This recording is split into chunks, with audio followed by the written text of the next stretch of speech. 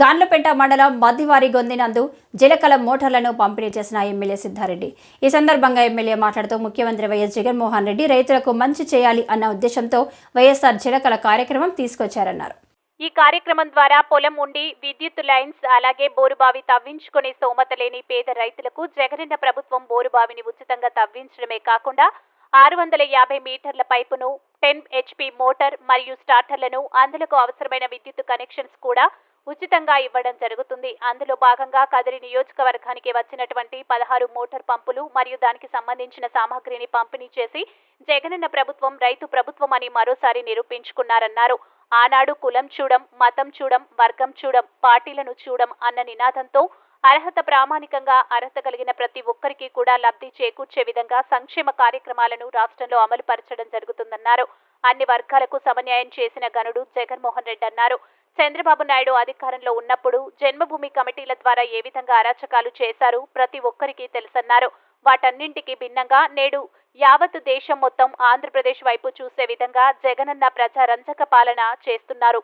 ఈ కార్యక్రమంలో MPP, ZPTC, voice ఎంపీపీలు, ఎంపీటీసీలు, సర్పంచ్ మరియు వైఎస్ఆర్ కాంగ్రెస్ పార్టీ నాయకులు, కార్యకర్తలు తదితరులు పాల్గొన్నారు.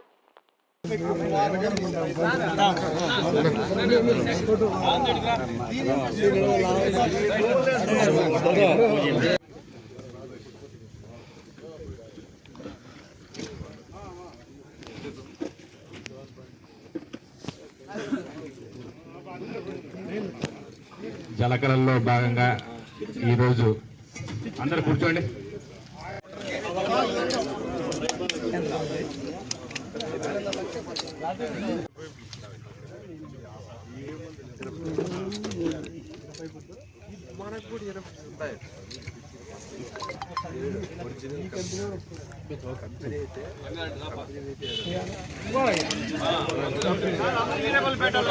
చేసినటువంటి అనేక మేళ్లలో ఒక మంచి కార్యక్రమం వైఎస్ఆర్ జలకళ.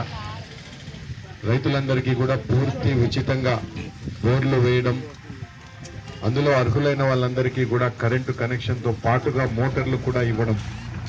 దాదాపుగా 3 నుంచి 5, 6, 7 లక్షల వరకు కూడా ఒక్కొక్క రైతుకు అవసరమైతే ఈ ప్రభుత్వం ఖర్చు చేసింది.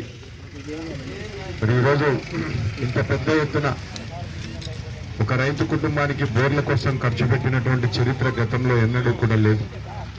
ఈరోజు దాదాపుగా మన కాన్స్టిట్యుయెన్సీలో